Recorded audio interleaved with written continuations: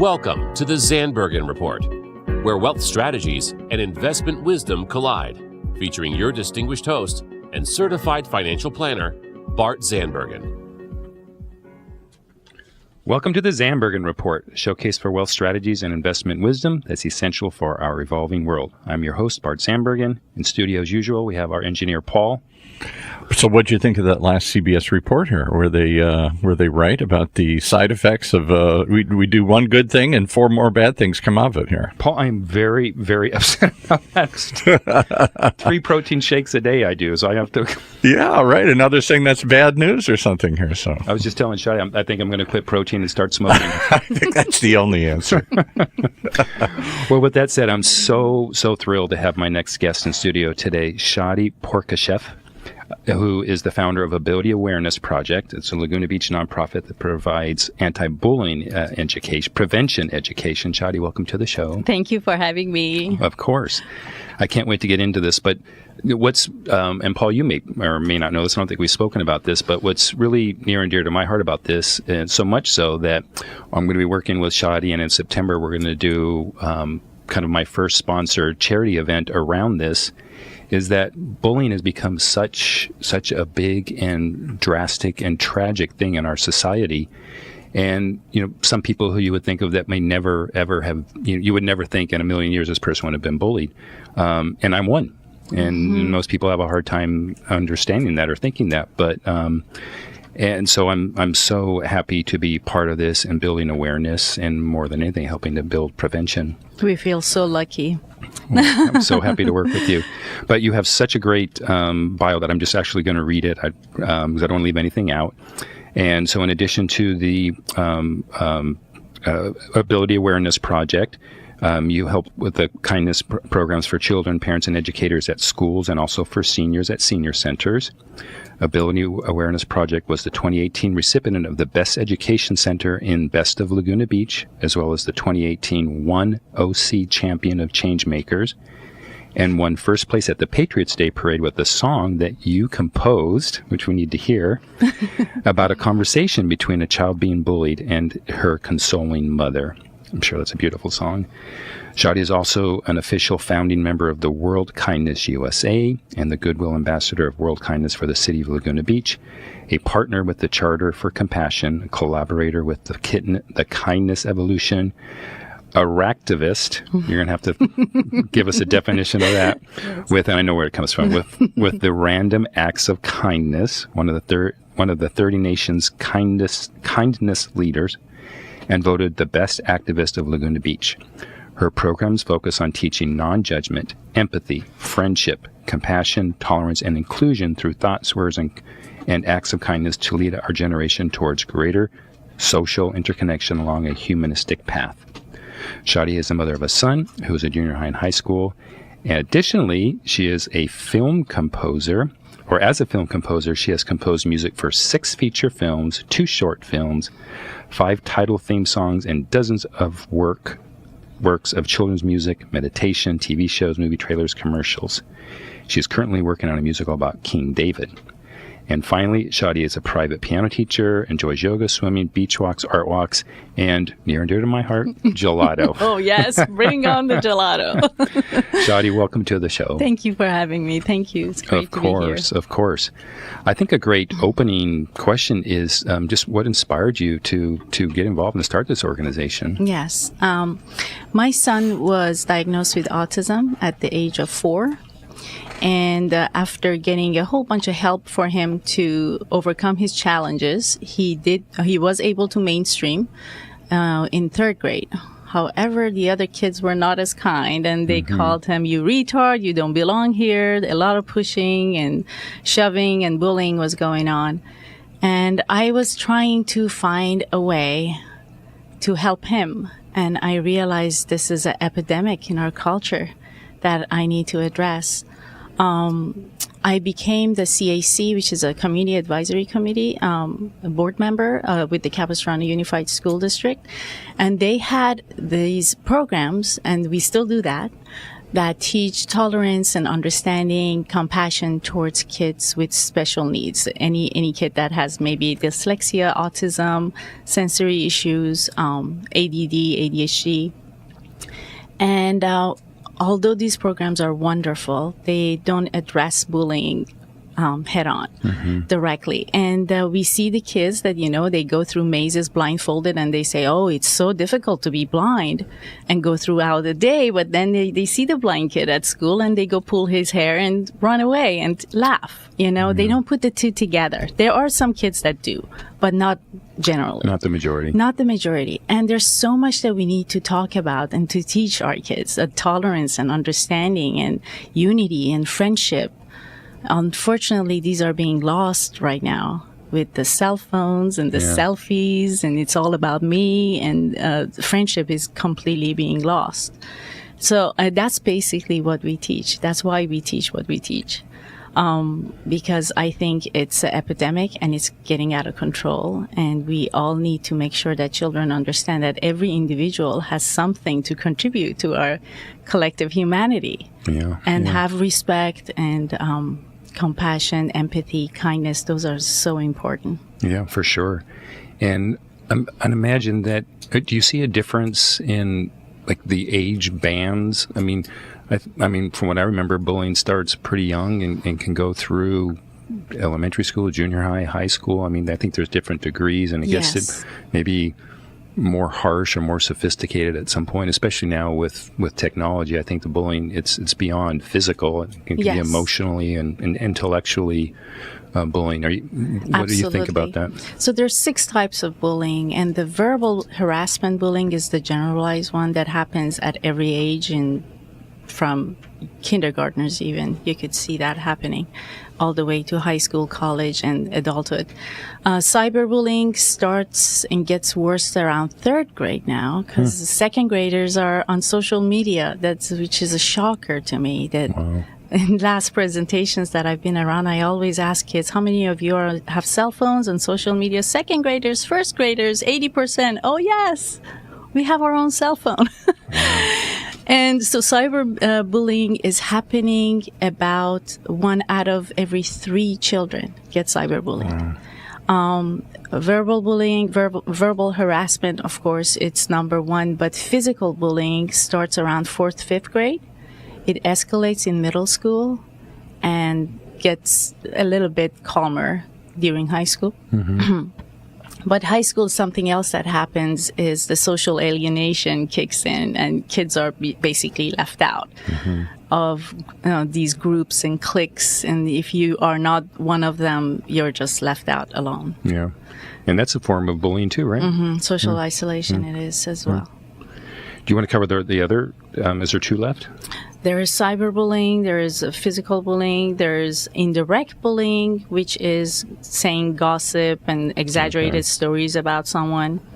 There is social alienation we talked about. There is another one that is called intimidation bullying.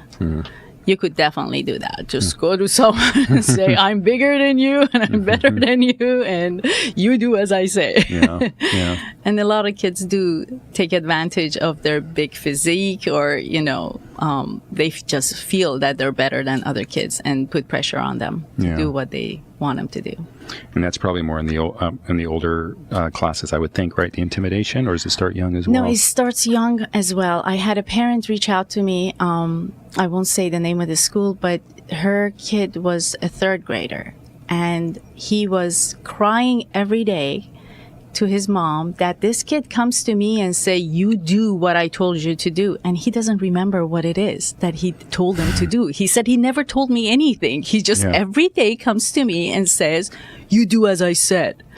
And he's just fearful. This kid was just fearful to go to school. Unfortunately, that was not a good situation, because the principal was also a bully. I went to talk with them. And it's some of the situation is not changed at schools. The schools are not addressing it properly either. That's why we have presentations for educators as well, because if the kid is going to an adult and the adult doesn't know what to do or doesn't do the right thing, then they lose hope.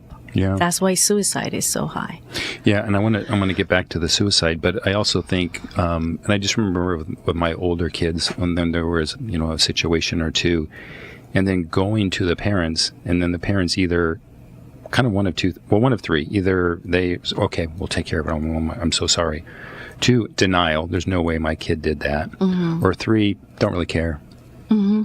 I mean, do you see that? Or is any? Oh, yes. Any of those is definitely a possibility. And, but the worst thing that I see right now is that the parents are not setting good examples, and children learn by example, right? They watch you. You can't be going off at your friend on the phone. Yeah. I can't believe Sarah bought that purse, and, she didn't even have the money, and she knew I wanted that purse, and tell your kid, oh yeah, be nice to your friends, honey. Have fun at your friend's house. Yeah. I mean, they see what you're saying and how you react, and that is how they learn how to behave and be around other people. And if you're not careful, you could teach the wrong thing very easily. I think that's eventually I'm going to get to what's your ultimate lesson learned. But if this isn't it, this is a big one. It's lead by example. You have to lead by example for parents. Yeah. And be more caring, be more careful, and raise the bar for your own family to make sure everybody's treating one another with kindness. Nobody's saying any harsh words. Nobody's putting anybody down. Yeah. Even between siblings or with your spouse. How are you handling situations? How are you handling conflict? Are you teaching the right way to deal with conflict, or is everybody getting angry and yelling and going their own ways? Or is everything behind closed doors? That's not good either, because you're not teaching anything. Right. If every time you have an argument, you go behind closed doors, there's a chance that you could actually teach your children. There's so many chances during the day. Yeah, 100%. Yeah. Why do you think the problem's getting worse? Personally, I think that there is so much, unfortunately, hatred and fear going around in our culture and our everyday experiences, that the kids are attuned to what's going on. Mm-hmm. And they take upon that, and it's not helping them, the situation, but I think a part of that is also social media and everything else. The problem is it's getting out of hand. It's getting dangerous for the kids now. Social media, we talked about it, 1 out of every 3, but even going back to the suicide, 1 out of every 5 kids last year between the age of 10 to 17 seriously thought about taking their own lives. 1 of 5. 1 out of 5. You shared something that was so terrible the other day. 5-year-olds. 5-year-old. 5-year-olds are doing this now. Yeah, one shot himself and one hung himself in the schoolyard. Yeah. And they found him in the morning.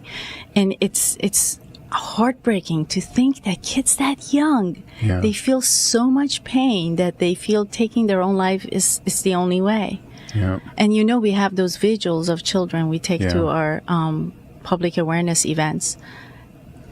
About 90-something% of those, parents knew and schools knew that this kid is being bullied. But when the kid goes to those adults and tells them if they don't do the right thing, which all of those cases, the adults failed. The school failed, the parents failed, nobody knew what to do about it. They feel hopeless and they think nobody can help me. Right now, what schools are doing is what they've done for the past 30, 40, 50 years, which they wait until bullying happens. And then they say, oh, that wasn't good. That was not good. So now let's sit down together.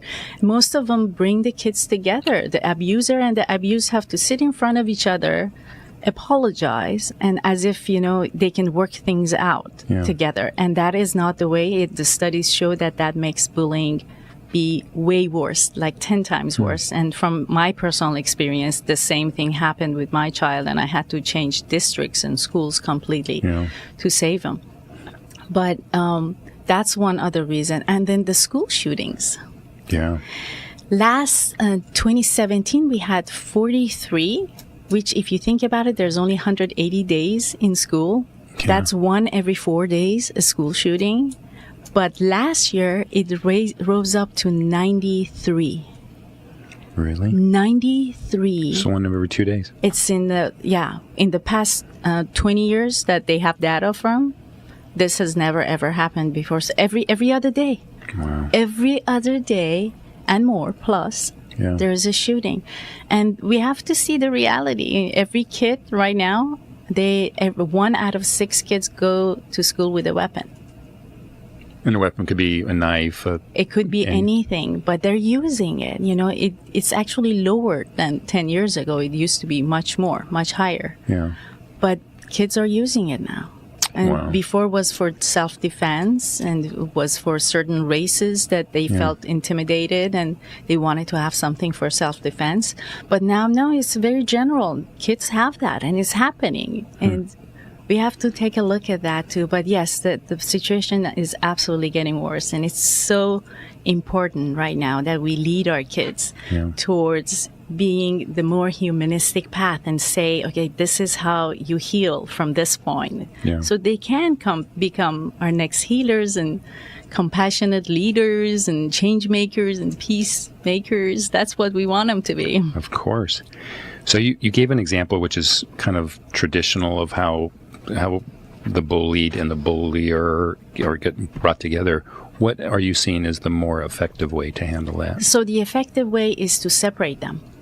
And you don't want them to give just an apology. It's not going to do anything. Mm-hmm. But you're just creating more chances for the one getting bullied to get bullied when you bring them together and keep bringing them together. Mm-hmm. And then also the kids, so they find more chances to bully the kid that they always bullied.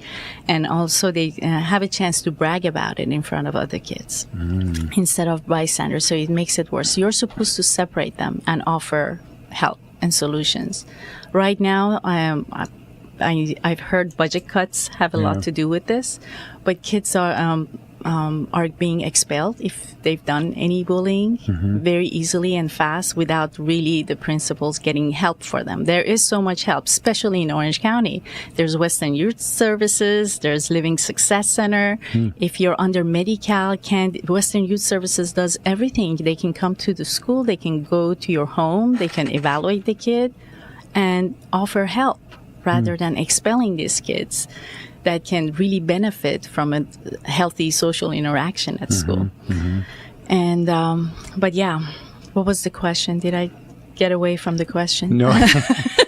I think my question was, so that the old school ways to put them together, and you're saying to separate them. Separate them. So, separate them and offer help. And not to get too granular with that, but so in like a classroom situation, are you saying our schools like taking one child and moving them to another class? Is that sort of? No. To offer help and therapy and counseling, you want to separate them, but you don't want to separate them as far as when they're sitting in the class unless there's something I don't know, some kind of super severe. Yeah, super severe. All right. Happening. So what can parents do if their child is bullied? So if your child is bullied, I know it's very tough. You have to first of all stay calm. Stay calm as much as possible, because only 33 or less than 33% of the kids go to parents and tell them that they've been bullied. Because, maybe they feel like they're going to get blamed for it. Maybe they feel not comfortable enough. Maybe they're going to get judged by parents the wrong way. So when they do come to you, you want to praise them for coming to you and make sure you provide a safe environment for them to come to you and speak to you without judging them, without putting the pressure that to give you anything or with anger or disappointment. You have to always stay calm and positive.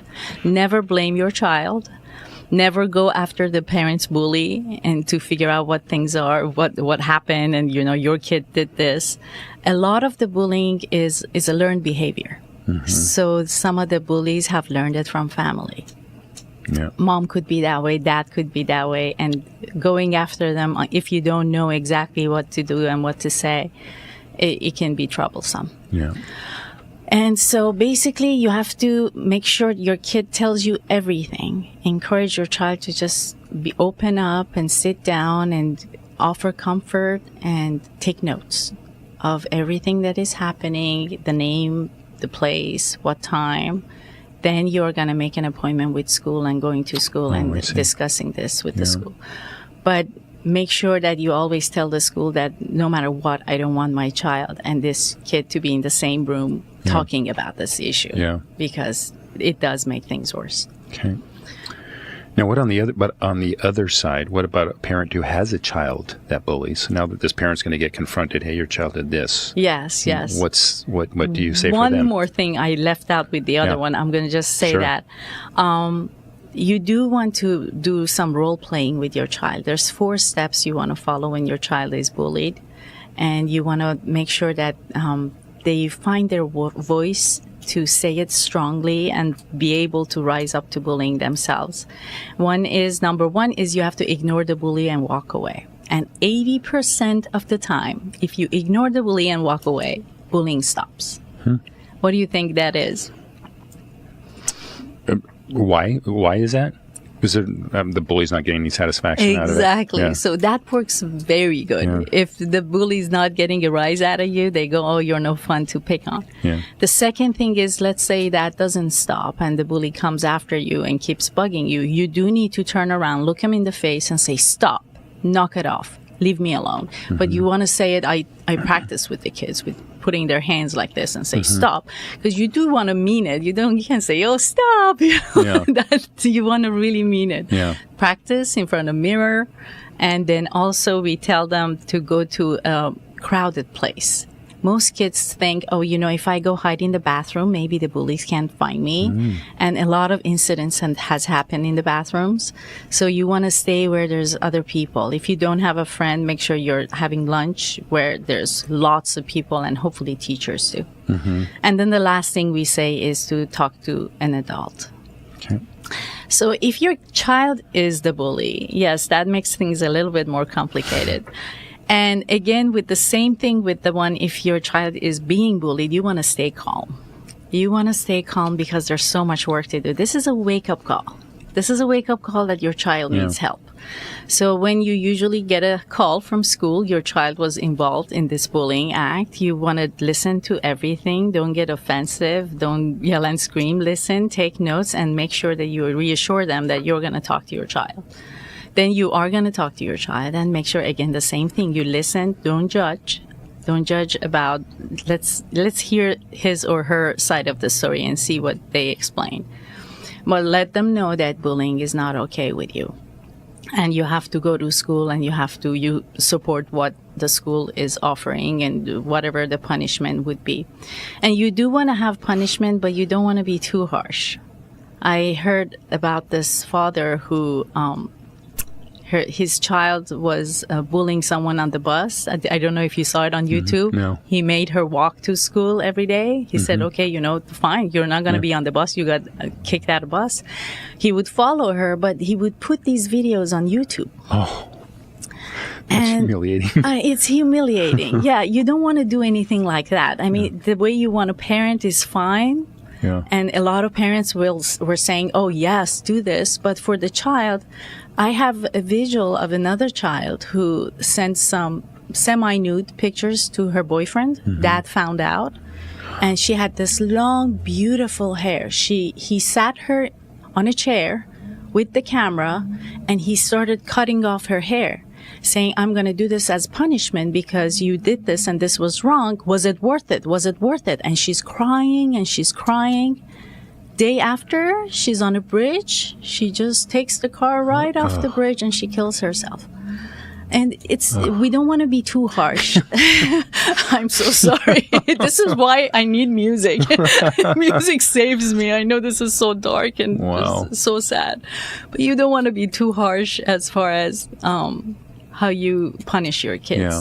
If they have done cyberbullying, take away the phone. That's okay for a couple of days. Yeah. And, you do want to monitor how much they're on the phone. But basically, this is a wake-up call. So evaluate the situation. What could be some of the reasons your child is acting out?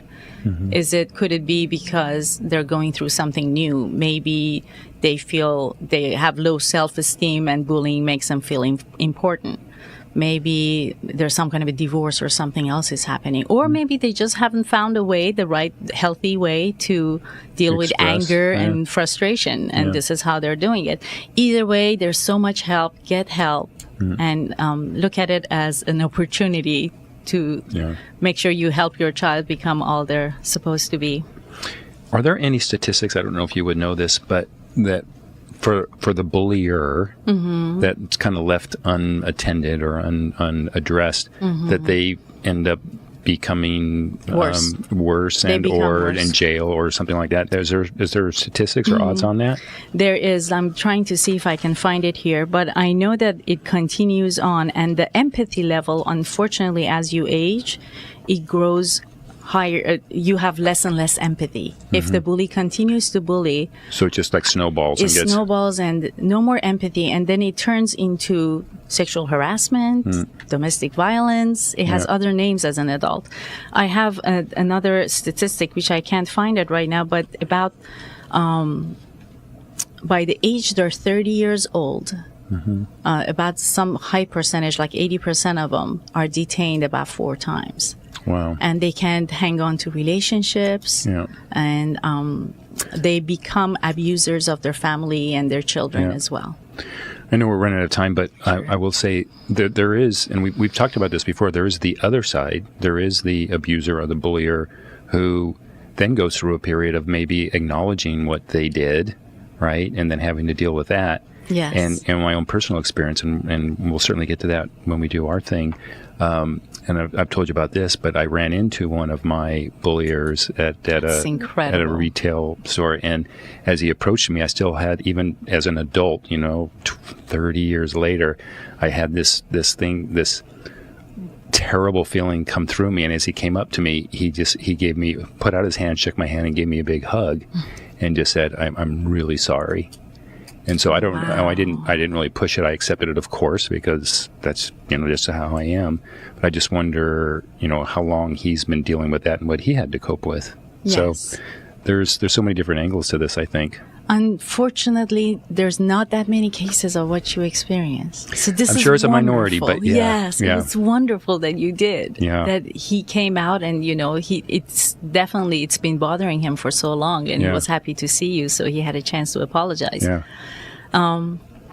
I'm glad. And I don't think it's glad. And I don't think it's appropriate to say the name, but there is a very, very famous person right now, probably one of the most famous actors, used to be a singer, who apparently was not a very good kid and has come back and gone back to the schools and the teachers and given money, and not everyone has accepted his apology, but he certainly seems sincere. That's wonderful. Yeah. That is wonderful to see. Well, Shadi, I know we're out of time, so I just want to say what a pleasure it's been having you in studio today. We've had so many conversations, and I can't wait to continue to work with you on this. Absolutely. Thank you for having me. Sure. And I do have the honor of asking, as I said in the beginning, what I call my final thought question. Oh, yes. Which is, what is your ultimate lesson learned through your process of the kindness and bullying awareness? My ultimate lesson is, I know we could be better. We know about the benefits of kindness for everyone, for the ones doing the kind act, the ones receiving it, and it helps the bystanders as well. So there is hope, and I know we can do it. But we all have to take the pledge, and we must rise above race and color and gender differences and political view differences, and put our focus on the goodness of humanity. There's so much more we have in common than we have in our differences, and I know together we can do it. That's so true, so great. How can people either reach you, support you, help you? What's the best contact info? We need a lot of help, so please do reach out. Our website is kindandsafeschools.org. The new website is under construction, so if you visit after Friday, it would be much cleaner and much better looking than what it is right now. But you could still get in contact with us.